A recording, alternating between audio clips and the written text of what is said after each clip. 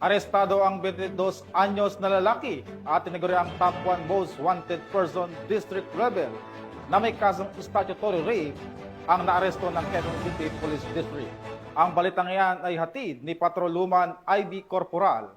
Arestado ang mga operatiba ng District Special Operation Unit ng Quezon City Police District sa ilalim ng pamumuno ni Police Major Freddy Sorilla, officer in charge ang akusado na si alias Owen, 22 anyos, na tinagurang ikalima sa district level top 10 most wanted person ng Quezon City Police District.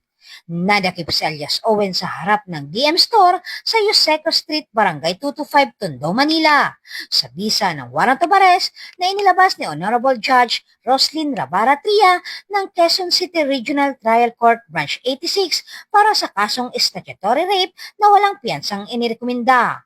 Kasalukuyan namang nasa kustodiya na ng Quezon City Police District ang nasabing suspect.